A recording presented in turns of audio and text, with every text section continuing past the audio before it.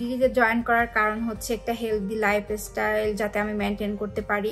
ডিডিতে join করার ফলে আমার ওয়েট রিডাকশন হয়েছে 2 কেজির বেশি।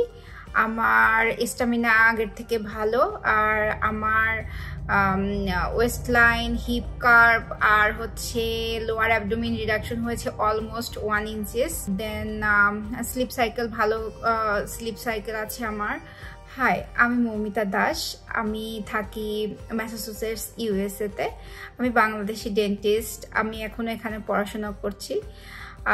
এর আগেও আমি ডিটিতে জয়েন করেছি, কিন্তু প্রেগনেন্ট হয়ে যাওয়ার ফলে আমি সেটা মেনটেন করে রাখতে পারিনি, তাই এবার আবার জয়েন করা।